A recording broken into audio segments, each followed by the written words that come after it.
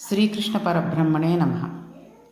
నిన్న మనం కృష్ణావతారానికి సంబంధించిన ఒక విశేషమైన కథని సూత మహాముని సౌనకాది మహర్షులకు చెప్పడానికి మొదలెట్టారు. అదేంటంటే, పూర్వకాలంలో కురుక్షేత్ర యుద్ధం అంతా అయిపోయిన తర్వాత ఆ కురుక్షేత్ర యుద్ధభూమిలో ఇంకా శిబిరములలో అందరూ పడుకుని నిద్రపోతున్నారు. పాండవులు కూడా ఉప పాండవులతో కలిసి నిద్రపోతున్నారు. ద్రౌపదీదేవి నిద్రపోతోంది, కుంతీదేవి నిద్రపోతోంది. అయితే కౌరవులందరూ మరణించారు. భీముడి చేత తొడలు విరగొట్టబడిన దుర్యోధనుడు యుద్ధభూమిలో ఒకచోట కుప్పకూలిపోయి మరణం కోసమని ఎదురు చూస్తూ ఉన్నాడు. ఆ సమయంలో అశ్వత్థామకి ఆగ్రహం వచ్చింది. దుర్యోధనుని సైన్యములకు అంతటికీ కలిగిన దుర్యోధనునికి కలిగిన ఆపద చూసి అశ్వత్థామకి విపరీతమైన బాధ, ఆవేశం కలిగి చేయరాని పని ఒకటి చేయడానికి నిశ్చయించుకున్నాడు. ఉప పాండవులను సంహరిస్తానన్నాడు. ఉప పాండవులు అంటే పాండవులైన ధర్మరాజు, భీమ, అర్జున, నకుల, సహదేవులకి ద్రౌపది యందు జన్మించిన కుమారులు. వారు 5. ఈ 5 కుమారులు కూడా కురుక్షేత్ర యుద్ధం చేసి ఒకనాటి రాత్రి అందరూ అలసిపోయి బాగా నిద్రలో ఉన్నారు. నిద్రపోతున్న సమయంలో అశ్వత్థామ వారి శిబిరంలో ప్రవేశించి నిద్రపోతున్న ఉప పాండవుల కుత్తుకలు కోసేసి 5 చంపేశాడు. అలా చంపిన పిదప నిశ్శబ్దంగా దుర్యోధనుడి దగ్గరికి వెళ్ళి, నీ ప్రాణోత్కమం జరిగిపోయే వేళ నీకు ఒక శుభవార్త చెప్పాలని వచ్చాను. ఉప పాండవులను సంహరించాను. ఇప్పుడు పాండవులకు వంశం లేదు. పాండవుల తర్వాత ఇక బిడ్డలు లేరు. అభిమన్యుడు యుద్ధరంగంలో మరణించాడు. అందుకని ఇప్పుడు పాండవుల వంశం అంతరించిపోయింది. ఇది నీకు నేను ఇచ్చిన గొప్ప కానుక. ఆ 5 చంపేశాను అని చెప్పాడు.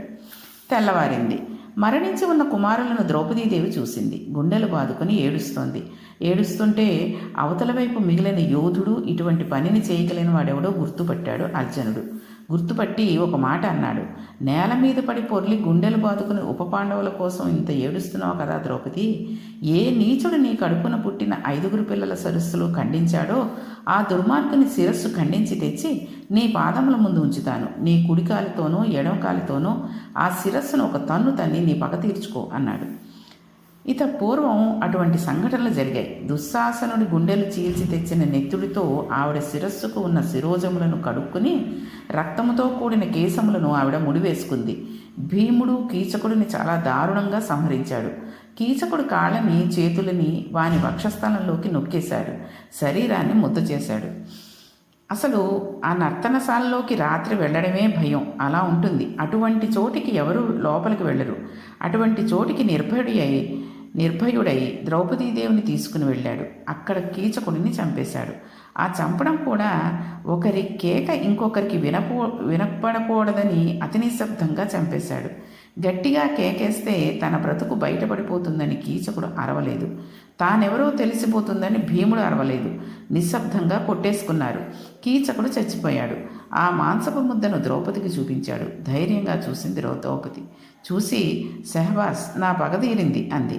అటువంటి కాంత ద్రౌపది ఏమి సామాన్యమైన స్త్రీ కాదు. ఆవిడ శీల సంపత్తి వింటే ఆశ్చర్యపోతారు. ఆమె మహాపతివ్రత. ఆవిడ అటువంటి తల్లి. అటువంటి ద్రౌపది దగ్గర ఇటువంటి ప్రతిజ్ఞ అర్జునుడు చేస్తే ఆశ్చర్యపోవనవసరం లేదు. అటు తర్వాత అర్జునుడు కృష్ణ భగవానుడిని సారథిగా పెట్టుకుని అశ్వత్థామని వెంబడించాడు. అర్జునుడు వచ్చేస్తుంటే అశ్వత్థామ తన ప్రాణోత్గమనం అయిపోతోందని, తనను చంపేస్తాడన్న భయంతో పరిగెడుతున్నాడు. ఇలా పరిగెడుతుంటే పోతన గారు ఒక అందమైన ఉపమానం వేశారు. తన కుమార్తె వెంటబడిన బ్రహ్మదేవుణ్ణి నిగ్రహించడానికి వెనక తరుముకు వస్తున్నట్టి పరమశివుని చేతి నుంచి పారిపోతున్న చతుర్ముఖ బ్రహ్మలా పరిగెడుతున్నాడు అన్నారు. ఎందుకంటే అశ్వత్థామ బ్రాహ్మణ కుమారుడు, ద్రోణసుతుడు. పరిగెడుతున్న దగ్గరికి అర్జునుడి రథం సమీపిస్తోంది. అశ్వత్థామ ఇక పరిగెత్తలేకపోయాడు. వెనక నుంచి అర్జునుని రథం వచ్చేస్తోంది. కృష్ణుడు సారథ్యం చేస్తున్నాడు. ఈ రథమే, ఈ సారథ్యమే, ఈ కవ్వడే, ఈ సవ్యసాచే, ఈ కిరీటే ధనంజయుడే 18 అక్షౌహిణుల సైన్యమును ముట్టుబెట్టాడు. కాబట్టి నన్ను చంపేస్తాడని ఉపసంహారం తెలియని బ్రహ్మాస్త్రమును ప్రయోగించాడు. లోకమంతా చనిపోయినా పర్వాలేదు, తాను మాత్రం బతికి ఉంటే చాలు అనుకున్నాడు. ఇది బ్రాహ్మణులకు ఉండకూడని బుద్ధి. అది పొగలు కక్కుతూ గొప్ప తేజస్తో అర్జునుడి మీదకి వస్తోంది. అర్జునుడు వెనక్కి తిరిగి కృష్ణుడి వంక చూశాడు. మహానుభావ, ఎవరు సారథ్యం చేస్తే నేను కురుక్షేత్రంలో గెలిచానో ఏ మహానుభావుడు సంసార సముద్రమునందు పడిపోయిన వారిని ఉద్ధరించడానికి వచ్చిన దివ్యమైన నౌకయో, ఎవరి అనుగ్రహం కలగడం చేత మాయా అనబడే అవనిక తొలగిపోతుందో, ఎవరి అనుగ్రహం కలగడం చేత పామరుడైన వాడు కూడా జ్ఞానమును పొందగలిగి తిరిగి జన్మ ఎత్తాడో, అటువంటి నీ అనుగ్రహం వల్ల నేను ఇన్నిటిని సాధించగలిగాను. లోకములన్నిటినీ నిండిపోయి సంక్షిప్తం చేస్తున్న ఈ తేజస్సు ఏమిటో నాకు తెలియజేయవలసింది అని అడిగాడు. అడిగితే అప్పుడు కృష్ణ భగవానుడు చెప్పాడు, ఉపసంహారము తెలియకపోయినా అశ్వత్థామ బ్రహ్మాస్త్రమును ప్రయోగించాడు. ఇప్పుడు ఆ బ్రహ్మాస్త్రమును నిగ్రహించడానికి నీవు కూడా బ్రహ్మాస్త్రమునే ప్రయోగించాలి, విడిచిపెట్టు అన్నాడు. వెంటనే అర్జునుడు ఆచమనం చేసి అభిమంత్రించి కృష్ణ భగవానుడు ఉన్న రథమును ప్రదక్షిణం చేసి వచ్చి బ్రహ్మాస్త్రమును విడిచిపెట్టాడు. ఇప్పుడు 2 బ్రహ్మాస్త్రములు ఒకదానికొకటి ఎదురు వచ్చాయి. లోకములన్నీ తల్లడిల్లిపోయాయి. ప్రళయమే వచ్చేసిందనుకుని దేవతలు, ఋషులు పరుగులు తీసుకున్నారు. లోకంలో ఉన్న ప్రాణులన్నీ కూడా ఉత్కంఠను పొందాయి. అందరూ హడలిపోతున్నారు. లోకములన్నిటినీ రక్షించే స్వభావం ఉన్న కృష్ణ పరమాత్మను ఆ రోజు లోకం ప్రార్థించలేదు. కానీ ఆయన అన్నాడు, ధూర్తుడైన అశ్వత్థామ ప్రయోగించిన బ్రహ్మాస్త్రం మీదికి నువ్వు కూడా బ్రహ్మాస్త్రము ప్రయోగించావు. వానికి ఉపసంహారం తెలియదు. నిష్కారణంగా లోకులు బాధపడకూడదు. 2వ బ్రహ్మాస్త్రమును ఉపసంహారం చేసేయి అన్నాడు. 2 బ్రహ్మాస్త్రములను అర్జునుడు ఉపసంహారం చేసేశాడు. ఉపసంహారం చేసిన తర్వాత వణికిపోతున్న అశ్వత్థామ దగ్గరికి వెళ్ళి వానిని ఒక పశువును కట్టినట్టు తాటితో కట్టేశాడు. కట్టేసి రథం మీద పెట్టాడు. పెట్టి విపరీతమైన వేగంతో యుద్ధభూమిలోనికి వచ్చి రథమును అక్కడ నిలబెట్టాడు. అర్జునికి కన్నులు ఎర్రబడిపోయి ఉన్నాయి. ఎదురుగుండా యమధర్మరాజు నిలబడి ఉన్నాడు. అశ్వత్థామ వణికిపోతున్నాడు. కృష్ణుడు అన్నాడు, అర్జున, నిద్రపోతున్న అమాయకులైన ఉపపాండవులను సంహరించి బాలఘాతకుడు ఈ అశ్వత్థామ. ఇతనిని బ్రాహ్మణుడు అని చూడకు, గురుపుత్రుడని కూడా చూడకు, సంహరించు, కుత్తుక కత్తిరించు అన్నాడు. అర్జునుడు మారు మాట్లాడలేదు, చంపలేదు. ఇక్కడ సూతుడు ఉపనిషత్సారమైన చెప్తున్నాడు. దానిని మనం గుర్తుపెట్టుకోవాలి. బ్రహ్మాస్త్రమును వెయ్యమంటే వేశాడు, 2 బ్రహ్మాస్త్రములను ఉపసంహరించమంటే ఉపసంహరించాడు. కానీ అశ్వత్థామను చంపమంటే మాత్రం చంపలేదు. తాటితో కట్టబడిన అశ్వత్థామను పశువును ఈడ్చుకు వెళ్ళినట్లు ద్రౌపదీదేవి శిబిరములకు తీసుకువెళ్ళి అక్కడ పారేశాడు. ద్రౌపది, వీడి శిరస్సును నీ కాలితో తన్నమని నీకు చెప్పాను. తీసుకువచ్చి అశ్వత్థామను అక్కడ పడేశాను. ఇప్పుడు నా ప్రతిజ్ఞ నెరవేర్చుకుంటున్నాను అన్నాడు. ద్రౌపదీదేవి అశ్వత్థామను చూసింది. ఒక తల్లి ఏదైనా ఒప్పుకుంటుందేమో కానీ తన పసుపు కుంకుమలకు కానీ తన బిడ్డలకు కానీ ఆపద తెచ్చిన వాడిని మాత్రం క్షమించదు. అశ్వత్థామ తన 5 బిడ్డలను చంపేశాడు. ఆయనను చూసి వెంటనే నమస్కారం చేసింది.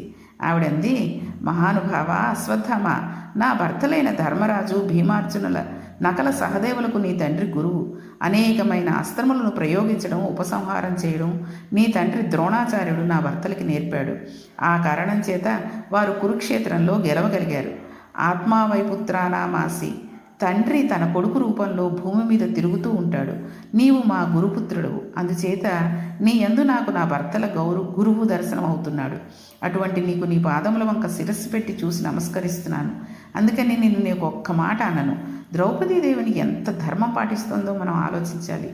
ఇది ద్రౌపది అంటే. ఆవిడ కోపపడలేదు. ఎంత మాట అందో చూడండి. కోపంతో అశ్వత్థామను చంపేస్తామని నా పిల్లల అస్త్రశస్త్రములు పట్టుకుని యుద్ధభూమికి రాలేదు. వారు యుద్ధభూమిలో లేరు. ఇంతకు పూర్వం వారు నీకు ద్రోహం చేయలేదు. అపారమైన నిద్రలో ఉన్న నా కుమారులను యుద్ధం చేయడం అందు ఆసక్తి లేని వారై గాఢ నిద్రలో ఉన్నారు. ఇటువంటి వారిని ఎవ్వరూ చంపకూడదు. నీకు ధర్మం తెలుసు. బ్రాహ్మణ పుట్టక పుట్టావు. ద్రోణాచార్యుడికి కొడుకు అయ్యావు. నీకు ధర్మ జ్ఞాపకం రాలేదా? నీవు పుత్ర రూపంలో ఉన్న గురువు అని తలంచి నా 5 కుమారులను నీవు చంపినప్పటికీ ఇంత బాధలో నీకు నమస్కరిస్తున్నాను అంది. రాత్రి చంపేటప్పుడు నీకు ఈ విషయంలో జ్ఞాపకం రాలేదా అని పరోక్షంగా అడిగింది. జ్ఞాపకం రాలేదా అని అడిగితే ఒక బ్రాహ్మణునికి తెలిసి ఉండవలసిన ధర్మములు తెలియదా అని అడిగినట్లు అవుతుందని. నీకు నా పిల్లలు చంపడానికి చేతులు ఎలా వచ్చాయ్యా అని అర్జున వంక చూసి అంది. అర్జున, నేను ఎందుకు బాధపడుతున్నానో తెలుసా? 5 పిల్లలు సంహరింపబడిన తర్వాత వారు చచ్చిపోయారని నేను ఇప్పటి వరకు ఏడ్చాను. కానీ సాక్షాత్తు యమధర్మరాజులా పగబట్టి 2 చేతులతో అస్త్రములు ప్రయోగించగలిగిన నైపుణ్యం ఉన్నవాడివై గాంధీవము పట్టుకుని రథం ఎక్కి పగబట్టి అశ్వత్థామ దగ్గరికి వెళ్ళి పశువును కట్టినట్టు కట్టి రథంలో పెట్టి ఇక్కడికి తీసుకుని వచ్చి నిలబెట్టావని ఈ పాటికి కృపికి వార్త అంది ఉంటుంది. కృపి అంటే ద్రోణుడి భార్య. అశ్వత్థామ తల్లికి ఆ వార్త తెలిసి ఉంటుంది. కొడుకు చచ్చిపోయాడని ఏడవడం ఒక ఎత్తు, ఇంకా చచ్చిపోతున్నాడు ఇంకా రక్షించుకోలేను అని ఏడవడం ఒక ఎత్తు. నీకు ఎన్ని శాస్త్రములు నేర్పిన ద్రోణుని భార్య నీ గురుపత్ని అలా ఏడ్చేటట్టు ప్రవర్తించవచ్చునా? అశ్వత్థామ, మీ అమ్మాయి అక్కడ ఎంతగా రోధిస్తోందోనయ్యా, తలుచుకుంటే నా మనసు వికలమైపోతోంది అని అర్జునుడిని పిలిచి, ఇతడు బ్రాహ్మణుడు, గురుపుత్రుడు, ఇతనిని సంహరించకూడదు, ఆయనను విడిచిపెట్టేయండి, వెంటనే ఆయనకు కట్టిన బంధాలని విముక్తి చెయ్యండి అంది. ఈ మాట భీముడు విన్నాడు. ఆయనకి ఎక్కడ లేని కోపం వచ్చేసింది. ఈ ద్రౌపది మాట్లాడుతున్న మాటలకు ఏమీ అర్థం లేదు. ఈ దుర్మార్గుడు ఎక్కడో నిద్రపోతున్న పిల్లలను పట్టుకుని చంపేశాడు. నిద్రిస్తున్న పుత్రులను సంహరించిన ఈ ద్రోణపుత్రుడైన అశ్వత్థామని నేనే చంపేస్తాను అన్నాడు. భీముడు ఎప్పుడు మాట్లాడినా ఇలాగే ఉంటుంది.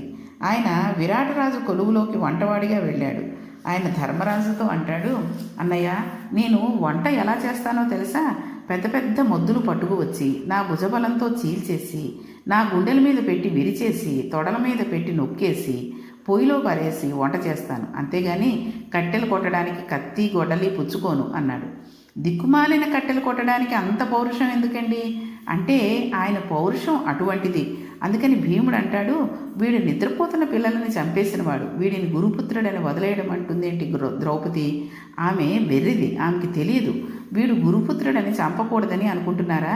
నేను వాడి తల మీద 4 గుద్దులు గుద్ది చంపేస్తాను, వాడి తల ముక్కలైపోతుంది. మీరు చంపుతారా లేక నేను చంపేనా అన్నాడు. భీముడికి అంత ఆగ్రహం వచ్చేస్తే ఇప్పుడు మాట్లాడడం ధర్మరాజుకి కూడా కష్టమే. అప్పుడు కృష్ణుడు అన్నాడు, అర్జున, నేను నీతో ఒక మాట చెప్తాను, దాన్ని జాగ్రత్తగా విను. ఎవరు ఉపపాండవులను సంహరించాడో వాని తల కత్తిరించేస్తానని నువ్వు ప్రతిజ్ఞ చేశావు. వీనిని క్షమించవలసిన పని లేదు. వీడు ఆతతాయి, ఇళ్లను కాల్చేవాడు, విషం పెట్టడం, హత్యలు చేయడం వంటి పనులు చేసేవాడిని ఆతతాయి అంటారు. బుద్ధి ఎందు కలిగే ఈ ఉద్రేకమును అణుచుకోకుండా ధర్మాధర్మ విచక్షణ లేకుండా ప్రవర్తించేవాడు హంత్యవుడు. కాబట్టి చంపి అవతల పారేయవచ్చు. కానీ అతను బ్రాహ్మణుడు, ద్రోణాచార్యుని కుమారుడు.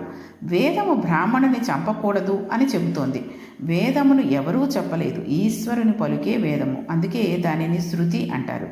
దానిని ఎవరూ రచించలేదు. వేదము అపౌరుషేయము. అతడు ఆతతాయి కాబట్టి చంపివేయాలి, బ్రాహ్మణుడు కాబట్టి క్షమించాలి. ఇప్పుడు ఏం చేయాలి? దాన్ని నీవు చేయాల్సి ఉంటుంది అన్నాడు. శ్రీకృష్ణ పరమాత్మ ఈ మాటలు చెప్పిన తర్వాత అర్జునుడు ఏం చేశాడంటే, విశ్వం అనేది శ్రీ మహావిష్ణువు పేరు.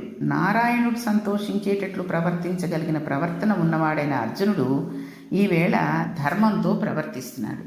బ్రాహ్మణ కుమారుడు కాబట్టి చంపకూడదు, ఆతతాయి కాబట్టి చంపేయాలి. కాబట్టి ఇప్పుడు అర్జునుడు అశ్వత్థామని చంపినంత పని చేసి చంపకుండా వదిలేయాలి. అది ఎలా చేశాడు అనే దాన్ని మనం రేపటి పారాయణంలో తెలుసుకుందాం. శ్రీకృష్ణ పరబ్రహ్మణే నమః.